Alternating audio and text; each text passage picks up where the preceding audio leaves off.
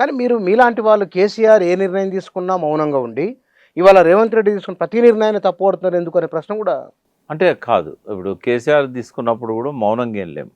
ఇప్పుడు కొన్నిసార్లు ఎట్లుంటాయంటే చెవులో చెప్పేటివి కొన్ని ఉంటాయి, మైక్లో చెప్పేటివి కొన్ని ఉంటాయి.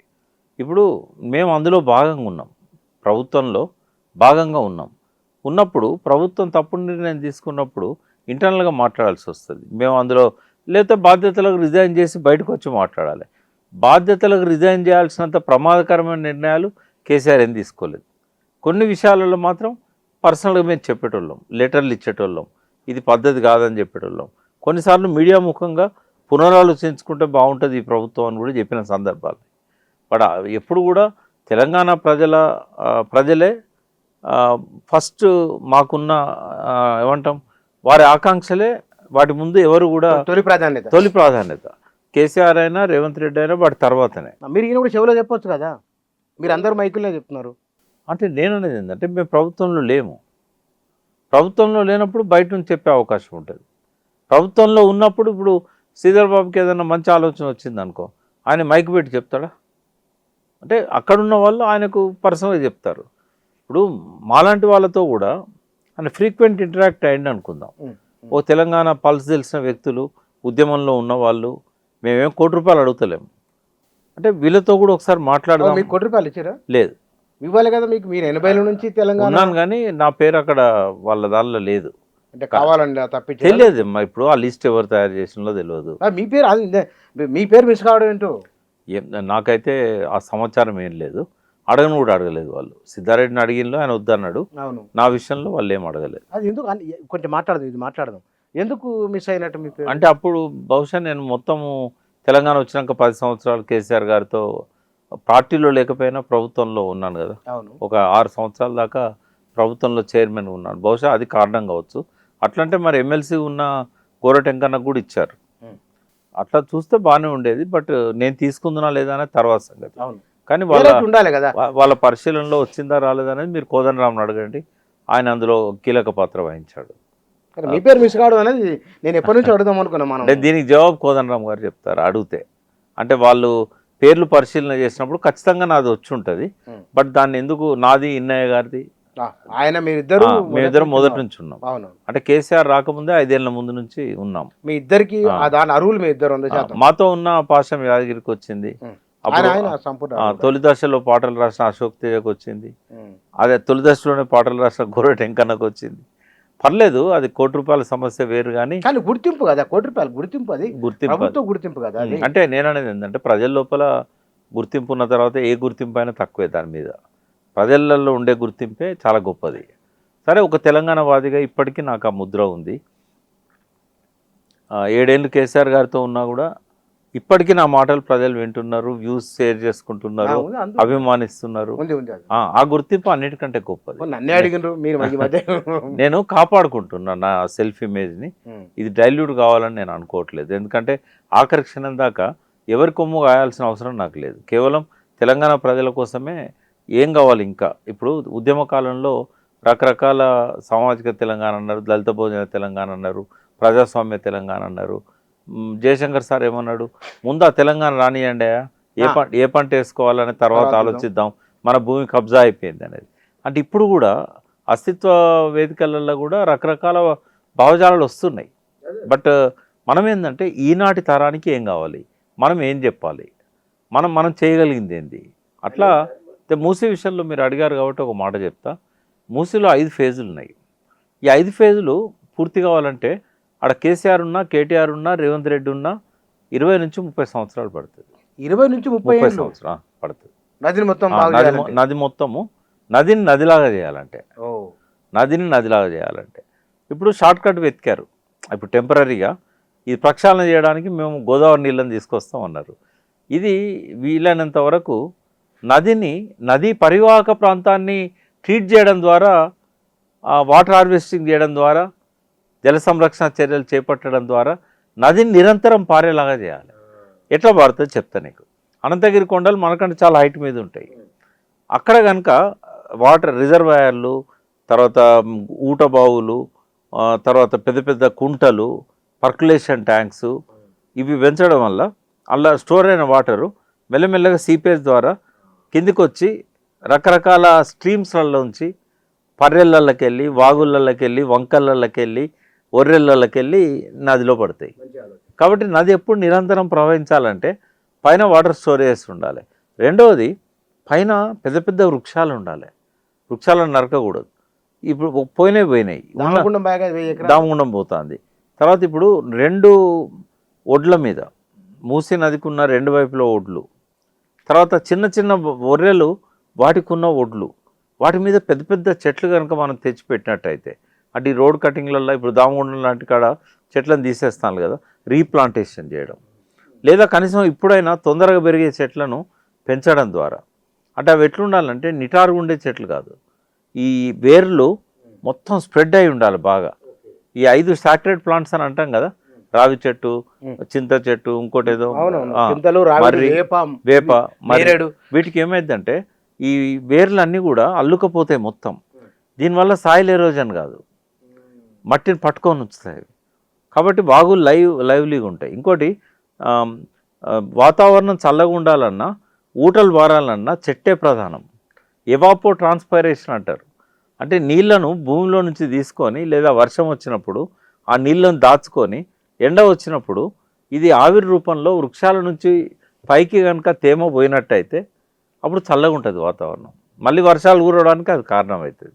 అట్నే వేర్లకి వెళ్ళి ఒక్కొక్క బొట్టే కారుకుంటూ ఈ ఊటల్లాగా సెలయేర్లలో ఊటల్లాగా ప్రయాణించి ఒక జీవనదిగా మారుతాయి. ఈ పద్ధతిలో జల సంరక్షణ చర్యలు, వృక్షాలను సంరక్షించడము, మొక్కలను పెంచడము, తర్వాత సాయిల్ ఎరోజన్ కాకుండా ఆపడము, ఇది అనంతగిరి కొండల నుంచి ఈసీ పైనున్న ప్రాంతం నుంచి అది కనుక మెయింటైన్ చేసుకుంటూ వచ్చినట్టయితే అప్పుడు ఆ నదికి సజీవత్వం వస్తుంది. కానీ ఎక్కడి నుంచో కిందికి వెళ్ళి ఎత్తిపోద్దాము అని అంటే సరే టెంపరీగా తాత్కాలికంగా చేయొచ్చు ఇక్కడ అవసరాల కోసం, కానీ శాశ్వత పరిష్కారం కాదు, అది ఖర్చుతో కూడుకున్నది. రెండవది ఏంటంటే ఇవాళ ఒక 10-15 ఫీట్ల లోతు వరకు, ఇంకా 20-30 ఫీట్ల లోతు వరకు నదిలో మట్టి అంతా కూడా అది కెమికల్స్తో నిండిపోయి ఉన్నది. నువ్వు పైన వాటర్ని పరిశుభ్రం చేస్తావు ఎస్టీపీల ద్వారా, మరి కింద ఉన్న మట్టిలో ఉన్న కెమికల్ సంగతి ఏంది? అంటే ప్రక్షాళన అంటే కేవలం నీళ్ళు ఎక్కడి నుంచి అయితే వస్తున్నాయో నాలాల నుంచి అక్కడ మిషన్ పెట్టి నువ్వు ఎస్టీపీ పెట్టి నీటిని శుద్ధి చేసి పంపితే నదిలోకి వచ్చినాక ఏమవుతుంది? మళ్ళీ వాటితో కలిసిపోద్ది కదా. ఆ కెమికల్స్ అన్నీ ఉన్నాయి కదా అందులో, 50 ఏళ్ళ నుంచి ఉన్నాయి కదా, నేను చెప్పిన 78 నుంచి ఉన్నాయి కదా, మరి అవి మళ్ళీ ఈ నీళ్ళతో కలుస్తాయి కదా. మళ్ళీ కిందికి పోయినా కొద్ది ఎస్టీపీలు పెడతావు, నదిని మొత్తం తవ్వి ఆ మట్టి అట్లని కాదు, అది ఒక క్రమ పద్ధతిలో పోతా ఉంటుంది దానంతట. అందుకే 20-30 ఏళ్ళు అయితే తప్ప నది ప్రక్షాళన కాదని చెప్పింది. ఇప్పుడు థేమ్స్ నది 1860లో ఎప్పుడో మొదలుపెట్టారు, దాని ఆలోచన వచ్చింది. అక్కడ నుంచి ఒక్కొక్క స్టెప్ వేసుకుంటా ముమ్మరంగా చేసింది లాస్ట్ 40-50 ఇయర్స్ లండన్లో. బట్ 2025లో కూడా ఇప్పుడు కూడా ఇంకా అందులో పూర్తి కాలేదు పనులు, ఇప్పటికీ ఇంకా కాలుష్యం ఉన్నది అందులో. అవునా? సాబర్మతి అయితే ఇంకా మొదలే కాలేదు, ఇప్పటికీ కంపు వాసన వస్తుంది అక్కడ. అంటే రివర్ ఫ్రంట్ డెవలప్మెంట్ అయింది, అంటే పక్కన పార్కులు, గద్దెలు కట్టుడు. అయితే ఏమైందంటే ఎవరు కూర్చుంటలేరు, వాసన వచ్చేసరికి ఎవరు కూర్చోరు. వాడు పార్కింగ్ వాడు ఫస్ట్ వేసి లాసే వెళ్ళిపోయాడు, క్యాంటీన్లో లాసే వెళ్ళిపోయాడు. ఎవరు వస్తలేరు సార్ మాకు నడవది, మళ్ళీ యాక్షన్ పెడితే ఎవరు రాలే, పార్కింగ్ లాట్ ఖాళీ అయిపోయింది ఇప్పుడు. అంటే కార్లు పెట్టేది వాడు ఎవడు యాక్షన్లో పార్టిసిపేట్ చేస్తలేడు, ఎవరు వస్తలేరు, కార్లు పెడతలేరు, మాకు గిరాకు వస్తలేదు. అంటే ఫెయిల్యూర్ మోడల్ అది. అంటే ఎస్టీపీస్ సరిగా ఫంక్షన్ చేయకపోతే మూసి కూడా అట్లే అవుతుంది, ఎందుకంటే చాలా సీరియస్ విషయం ఇది. కాబట్టి రివర్ ఫ్రంట్ డెవలప్మెంట్ అంటే ఫస్ట్ రివర్ను శుద్ధి చేయాలి, శుద్ధి చేస్తేనే ఎవరైనా వస్తారు. సుందరీకరణ అనేది ఎప్పుడు అంటే సెకండ్ ప్రయారిటీ, ఫస్ట్ శుద్ధి చేసిన తర్వాత సుందరీకరణ. నిరంతరం నది జీవనదిలాగా ఉండాలంటే నేను ఇంతకుముందు చెప్పిన పద్ధతిలో ఉండాలి. తర్వాత నది గోడల్లో అంటే ఈ 2 ఒడ్ల మధ్యలో ఎటువంటి కాంక్రిటైజేషన్ ఉండకూడదు. ఇప్పుడు గౌలిగూడ పాజిటివ్ అలానే పెట్టాడు, ఇమ్లీ పన్ అనే పేరుతో మెట్రో అలానే పెట్టారు. ఇప్పుడు శివాలయాలు కడతానంటాడు, ముందర సమాధులు కట్టుకున్నారు చాలామంది. తర్వాత ఎక్కడ జాగుంటే అక్కడ విశ్వ హిందూ పరిస్థితుల్లో ఎవరో కాషాయ జెండా పెట్టడం. ఆ చాదరగఢ్ దగ్గరన అయితే కల్వర్ట్ ఉంది కదా కింద బ్రిడ్జ్ అవతల, ఆ కల్వర్ట్ పక్కన నా కల్లారు చూసిన నేను. ఒకరోజు వరుసగా జనాలు పోయి కొబ్బరికాయలు కొడుతుండ్రు. ఆపి అడిగిన నేను కారు ఆపి ఏమైంది అని అన్నా. అంటే రాత్రి ఇక్కడ శివలింగం వెలిసింది అన్నారు. అంటే రోజు చూస్తున్న నదిలో రోజు ఆ కల్వర్ట్ పక్క నుంచే పోతాం. కింద డౌన్ లో ఎంత ఒక 10 ఫీట్లు 10 మీటర్లు కూడా లేదు దూరం. ఆడ శివలింగం వెలిసింది అంటాను, పోతాను కొడతాను. ఏదో దేవత శివలింగమా రాముని విగ్రహమా గుడి రావడానికంటే ముందు నేను చెప్పేది చాలా ముందు. అంటే మీరు ఇక్కడ అమ్మవారి గుడి అంటారా అవతల పక్కన? మనకు దిల్సునగర్ పోతా అంటే మెట్రో వైపు మలక్పేట దిక్కు పోతా అంటే లెఫ్ట్ ఉంటుంది. అవునవునవును. అది నేను కల్లారా చూసిన. మొదటి రోజు ఏమో కొబ్బరికాయలు కొట్టారు, రెండో రోజు వచ్చేసి చిన్న ఒక షెడ్ లాగా వేసారు రేకులు పెట్టి. ఇక ఆడ బీజేపీ వాళ్ళు విశ్వ హిందూ పరిస్థితి వాళ్ళు వీళ్ళంతా పోయి భజనలు చేయడం మొదలు పెట్టారు. మెల్లమెల్లగా ఒక 1 year 2 years కల్లా గుడి తయారైంది. అలా ఏది నట్టనడి నదిలో. మరి ఇవన్నీ అవసరమా? కాంక్రిటైజేషన్ అనేది ఉండకూడదు కదా. కాబట్టి నది మధ్యలో ఏమీ ఉండకూడదు నిజంగా చేయదలుచుకుంటే. కానీ వీళ్ళు అట్లా చేయరు. అందుకే అస్తిత్వ పోరాటంలో మూసి ప్రక్షాళనను కూడా దీన్ని ఏ మోడల్లో చేస్తే బాగుంటుంది అనేది ప్రభుత్వానికి చెప్పదలుచుకున్నాం. ఇప్పుడు 3rd, 4th phase, 3rd, 4th, 5th ఈ 3 ఫేజులలోనే ఎక్కువ పొల్యూషన్ వస్తున్నది. ఇప్పుడు ఈ కోరంటి కాడ నుంచి పోయే నాలా కలిసిన దగ్గర నుంచి విపరీతమైన దుర్గంధం ఉంటుంది. ఓల్డ్ సిటీ నుంచి కూడా కొంత వస్తుంది కానీ ఇండస్ట్రియల్ వాటర్ రాదు. కాబట్టి ఇవన్నీ కూడా ఏది ముందు ఏది వెనుక, దేనికి ప్రాధాన్యత ఇవ్వాలి, దేనికి సెకండ్ ఇవ్వాలి. ఇప్పుడు నైట్ ఎకానమీ కోసము నువ్వు అక్కడనే చేయాలని ఏమున్నది? హైదరాబాద్ సిటీలో చాలా దిక్కుల అవకాశాలు ఉంటాయి కదా. నదినే ఎందుకు దాన్ని టార్గెట్ చేయాలి? మధు పార్క్ రిడ్జ్ను, అక్కడున్న మాపిల్ టౌను రిడ్జ్, ఇంకోటి ఏదో ఉంది, ఇవన్నీ కూడా ఇవి గులగొట్టాల్సిన అవసరం ఉంది. గులగొడితే మళ్ళీ నువ్వు అక్కడ ఎట్లా కడతావు? నువ్వు ఏ కారణంతో గులగొడుతున్నావు? అప్పుడు 12 మీటర్లే ఉండే ఏది దానికి సంబంధించి బఫర్ జోన్ అంటారు, దాన్ని ఫ్లడ్ ప్లేన్ అంటాం. మాకు తెలియక బఫర్ జోన్ అంటారు. నదికి బఫర్ జోన్ ఉండదు, చెరువుకు ఉంటుంది. ఎఫ్టీఎల్ ఉండదు. ఫ్లడ్ ప్లేను ఎంత వాటర్ లెవెల్ అనేది చూస్తాం కానీ ఫుల్ ట్యాంక్ లెవెల్, అది ట్యాంక్ అది ఎఫ్టీఎల్ ఉండదు, దానికి మ్యాక్సిమం వాటర్ లెవెల్ అంటాం. అదే తర్వాత ఫ్లడ్ ప్లేన్ అంటే ఏంటంటే ఎంత దూరం నుంచి వాటర్ పోతున్నది, క్రైటీరియా, ఇవన్నీ ఫ్లడ్ ప్లేన్స్.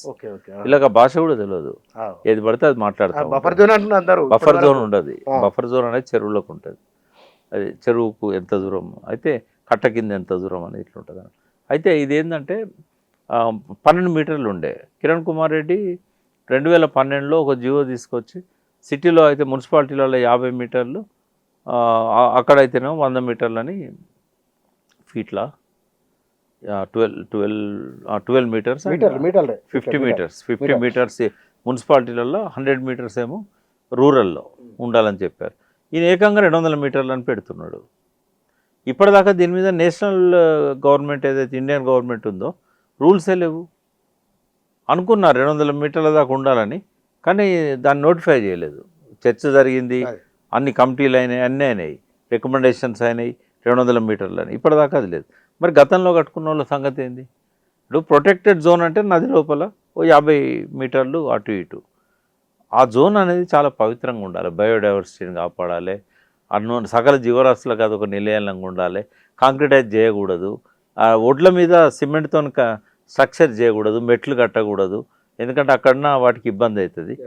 తర్వాత పక్కన రోడ్లు ఉండకూడదు. ఈయన 4-way రోడ్లు వేస్తున్నారు, నది పక్క నుంచి రోడ్లే ఉండకూడదు, ఎందుకంటే అందులో బయోడైవర్సిటీకి చాలా ఇబ్బంది అవుతుంది. ఆ లెడ్ పొల్యూషను వాటికి అవి బతకవు. ఆ సౌండ్స్ కూడా ఊరికే కార్లు రోడ్ల మీద పోతూ ఉంటే ఆ సౌండ్స్ కూడా బయోడైవర్సిటీకి మంచి కావు. మరి దేశాలన్నీ బయోడైవర్సిటీకి చాలా ప్రాధాన్యత ఇస్తున్నాయి. మనం బోర్డు పెట్టుకున్నాం కానీ అది ఎప్పుడు పనిచేయదు. బయోడైవర్సిటీ బోర్డు ఓ పనిష్మెంట్ ఇవ్వగలిగిన ఆఫీసర్ని ఆడబెడతారు. అందుకే మూసీ విషయంలో ఇది ఒక రోల్ మోడల్ కావాలనుకుంటే ఈ ఎకానమీ ఆస్పెక్ట్ పక్కకు పెట్టి ముందు ఆరోగ్యము, ప్రజారోగ్యము, జలాలను శుద్ధి చేయడము, ఈ వైపుగా శుద్ధీకరణ మీద మనసు పెడితే బాగుంటుంది.